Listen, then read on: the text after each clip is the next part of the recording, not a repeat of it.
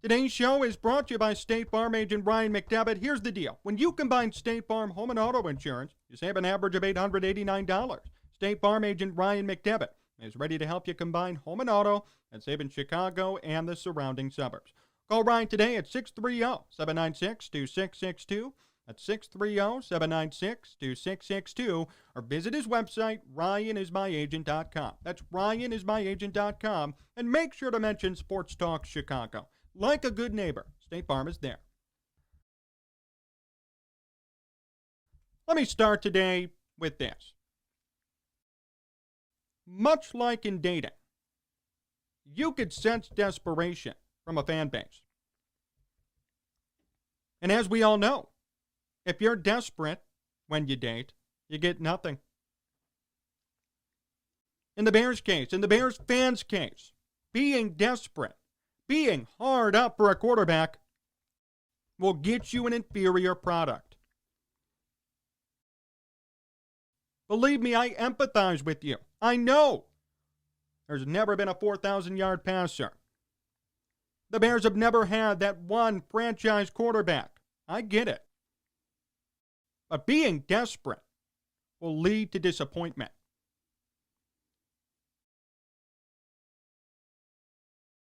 Being that hard up for a quarterback will lead to nothing. So yes, I know and I'm aware that Matthew Stafford is available now. The news went out everywhere. He's available. You could trade for him. The Lions don't want him. And of course, the minute that news comes out, everyone's saying, come to the Bears, come to the Bears. Could we stop, please? Could we stop doing that? Why is it that every single time a new quarterback hits the market, the Bears fans and the Bears faithful have to go out and make a pitch? This is not even me being a Trubisky apologist. It's the truth. Besides maybe Deshaun Watson, every other option out there will only lead to the Bears being marginally better. It's not going to be a night and day difference. Despite what the media tells you, it's not. I would not want Matthew Stafford here. I don't know why everyone else does. And this is not an indictment on Stafford as a person, great person, meant so much to Detroit. He's their best quarterback they've ever had, I know. But for all of you who tear down Mitch for not winning, for not being accurate, for doing nothing despite having no team around him, you understand that all of those characteristics apply to Matthew Stafford too, right? Just want to make sure we're aware. Every time in the comments of my videos and on Twitter, everybody says the criticism will go away for Mitch when he wins. Matthew Stafford hasn't won anything. So why are those same people asking for Stafford? Oh, the team he was on was horrible. If he was on a good team, he'd win. This team isn't good. I don't get it. Someone explain it to me. I don't understand. Look, I'll pull up his stats. Yes, I know 5,000 passing yards in a season, 4,000 yards every year. What has that done for Detroit? Wins aren't a quarterback stat. Well, they're 74-90 under Matthew Stafford. I know that's not only him. Part of it's the team. Part of it's the coaching changes. But that's significant. When they made the playoffs, they didn't win. Matthew Stafford has the same amount of playoff wins as, you guessed it, Mitch Trubisky. But no, he's 10 times better. Way better than Mitch. 0-3 in the playoffs, 4 touchdowns, 3 picks in his career.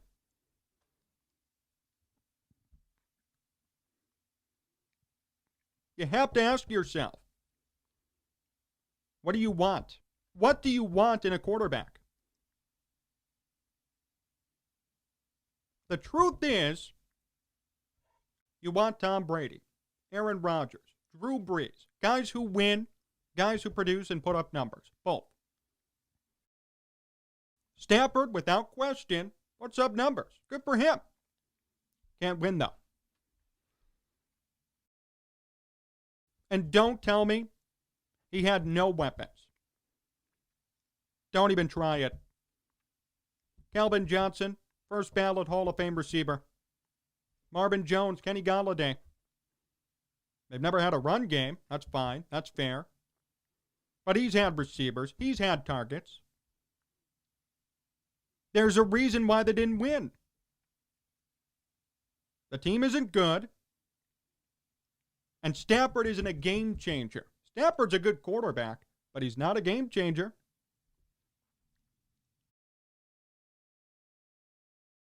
Tell me I'm wrong. There's a reason why they've gone 74-90 under him. You could blame it on the team, but some of that blame has to go to the quarterback. You can't honestly say none of it falls on him. The guy throws picks a lot. 144 in his career. He has an interception issue. He has a completion percentage issue. 63% for his career. Mitch is 64. Funny. Everybody criticizes Mitch for that. Oh, he's inaccurate downfield, can't complete passes. What do you know? The guy you want is worse. Don't be desperate. Don't jump at every name you see. I'd love Deshaun Watson. We know, though, he's not coming here. He's not. The Bears have no future. I understand the Jets. They have a future. New coach, draft picks. They got a future. Yeah. The Bears don't. No direction, nothing. They retain Nagy and Pace. Supposedly next year's a big year. They're going all in. Yeah, if I were Watson, I wouldn't buy that for a second. So what do you have left? Nobody apparently wants Mitch back, which, okay, fine. But what are your other options besides him? Nick Foles is staying. We could all agree we've seen enough of that experiment. The Bears have no room to sign anyone. I'd love Tyrod Taylor, but even that's a stretch. Or you could trade. Carson Wentz may or may not be broken. We don't know. Matthew Stafford is a quality quarterback, but we saw what he did in Detroit. He may put up numbers, sure, but he can't win. The proof is in the pudding. Can't win. Can't win in playoff games. Never been to a Super Bowl. Puts up numbers. 74-90 career record. You know, I remember a couple of years ago when Kirk Cousins went to the Vikings, everybody made a big deal about the money he got for being a losing quarterback. Now, though, today it's incorrect to say that. Now, wins don't matter to a quarterback. But a couple of years ago, when Kirk Cousins got his $30 million for 3 years fully guaranteed, all I heard was this guy's a losing quarterback. How could you pay him that much money? Why are we shifting the narrative? Why are we saying wins matter for some but not all? Mitch Trubisky's a winning quarterback. Yes, part of that falls on the team. But wait a minute. Everybody's told me I'm under the impression that the team is bad. See? Which is it? Which is it? You can't fool me. You could try and twist words and turn them around. You can't fool me. The narrative keeps shifting on Mitch and the Bears. And then it shifts in a different direction when it's convenient. Like in this case with Stafford. Oh, we gotta get him. All the critiques on Mitch, most of them could be applied to Matthew Stafford. I haven't heard anybody say that, though. No one. Stafford can't win. We know that. 0-3 in the playoffs. Worse completion percentage than Mitch. More interceptions. Haven't heard that, though. No one said it. He may be a stable franchise quarterback, but he's not that good. People are making him out to be like a Tom Brady to the Bears. He's not. Not even close. He'd be a marginal upgrade. You'd be getting some veteran leadership. You'd be getting a guy who maybe would throw for 4,000 yards, and that's it. You're not guaranteed winning. See, when I look at a quarterback, I wonder, is he going to make a difference? Will he win me games? Matthew Stafford won't for the Bears. He may for another team that's stacked around him. But the Bears are pretty much the Lions at this point. So how is it accurate to say he transformed the Bears into a winner? How does that make sense? And he has a worse completion percentage. He's worse. Worse than Mitch. I know no one likes Mitch. And I'm not being an apologist here. I'm just stating the fact. Mitch has, in some cases, better numbers than Stafford. The things that they criticize Mitch for could be accurately applied to Stafford, but I haven't heard anything. I see it all the time in these comments on these videos on the radio show. Oh, if Mitch wins, all the criticism goes away. Where's the criticism on Matthew Stafford? Oh, his team's bad around him. What, so the Bears are good then? The Bears are a good team. All of it falls on Mitch. Right? That's what you insinuate by making that comment. We have to think. I know you're desperate. I know you're hard up for a quarterback, but don't lower your standards. Matthew Stafford would make a marginal difference. To those who say the Bears would win under Stafford, what has he done in Detroit? Nothing. The Bears are similar to Detroit. So what would he do here? Nothing. He'd throw for 4,000 yards. If you're all worried about franchise records and having a 4,000-yard quarterback, he'll get your wish. But if you're worried about winning, if you're worried about playoff winning, Mitch and Stafford are the same. I'd argue Mitch is better if we're talking about winning. So what's the argument here? What's the argument for Matthew Stafford? Besides numbers and a bigger arm. That's all you're going to get.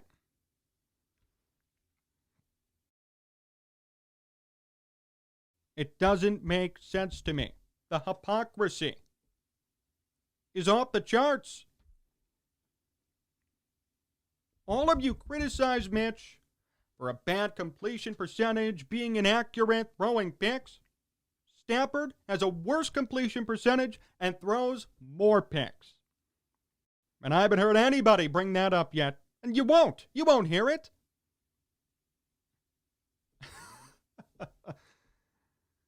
You got to laugh sometimes. You really do. You got to laugh at the hypocrisy. Deshaun Watson, much different. Deshaun Watson would be a good fit. I could see it. He would be better than Mitch. Matthew Stafford, marginal. He'll be marginally better. The Bears would still be a losing team next year if they do nothing to the team and just bring in Stafford. They'd go 7-9. Guaranteed. Guaranteed. So is that what you want? You want 7-9 or 6-10? Is that this whole conundrum? Oh, if Mitch starts, they'll go 5-11. If Stafford comes in, they'll go 7-9. We'll take it. In the end, you still aren't making the playoffs. And if you do somehow, Stafford isn't winning. We know that. Can't win a playoff game. So what's the real argument here? I know what it is. It goes all the way back to my open. Desperation. People are so desperate here to get the one franchise quarterback, and I understand. I do. But don't lower your standards. Don't ask for somebody who's pretty much the same as the guy you got. That won't solve anything. I encourage all of you who really, really want Matthew Stafford to look at his numbers and look at Detroit in the years he was there. Please. Do me a favor and go look. I know you're all oohing and eyeing at the yards and the touchdowns and the completions, but his completion percentage and his interceptions are a big red flag. Huge. You people criticize Mitch for an interception in the end zone against the Jaguars. 1. I'd love to see the reaction when Stafford throws 20 of them a year. Or maybe I won't. I forgot no one will say anything. Everything will be fine. How much you want to bet if Stafford comes in and the Bears go 7-9? He won't be blamed. But this year, for going 8-8, it's all Mitch's fault, right? My goodness. Do me a favor. Do yourself a favor. Think for yourself. Evaluate who Matthew Stafford is. Don't just listen to some talking head, including me. Do your own research. It's apparent that although he throws for a lot of yards, he can't win. The number one knock on Mitch, apparently, is he can't win. The number two knock is can't be accurate. What do you know? Stafford can't be accurate. Number three, bad decision making. What do you know? Stafford has more picks on an average basis than Mitch Trubisky. So what are you really getting? You're getting a veteran, sure. You're getting a 4,000-yard passer. Yes, you are. But that's it. He'll have no weapons, just like in Detroit. He'll have no team. The Bears will lose. Then who's going to be blamed? That's what I want to know. Then who's going to be the scapegoat? Will it be Nagy, Pace, the quarterback again? My guess is it won't be the quarterback.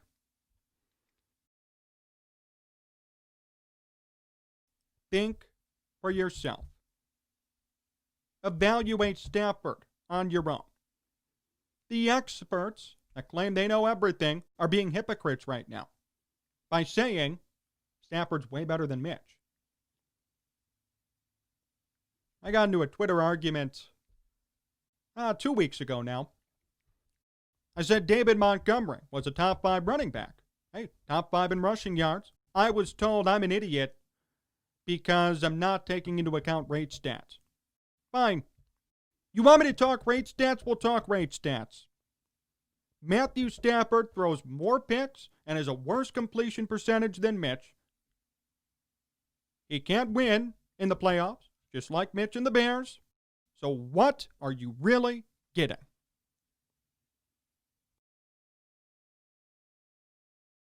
What are you getting?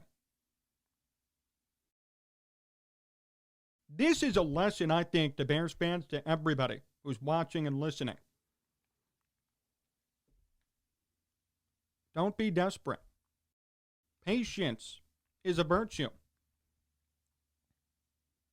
I'd rather the Bears run it back with Mitch, who's still young and could still prove himself if he's given the right system to operate in, then let Matthew Stafford come in and throw 20 picks and 30 touchdowns and have the Bears go 7-9. And have the Bears be responsible for a contract. And then there's the possibility, of course, of him getting hurt. Lots of injury history. There are a lot of holes in this plan, and everyone just sees the positive, just like I see the positive in Mitch and a lot of other players. But everyone else, when it comes to them, they see the negative. See how that works? Be consistent.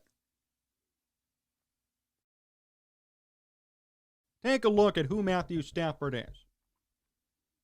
And if you're a Bears fan and you care about the future of this team, I strongly recommend you do not advocate for him coming here. More to come here on Sports Talk Chicago. My interview with Len Casper comes up next, so stay tuned. Hey, do you want to make some money this weekend? What if I told you I could offer you $250 free to bet on any game you want? Here's what you have to do. Go to sportstalkchicago.com/cash. sportstalkchicago.com/cash. You must be 21 plus. You must be an Illinois resident. You could bet $250 free on any game you want this weekend. NFL is off, but the Super Bowl's coming up. Why not put down some bets? NBA, college basketball. It's a great time to put down some money and win a whole lot more back. sportstalkchicago.com/cash. sportstalkchicago.com/cash. If you have a gambling problem, call 1-800-GAMBLER.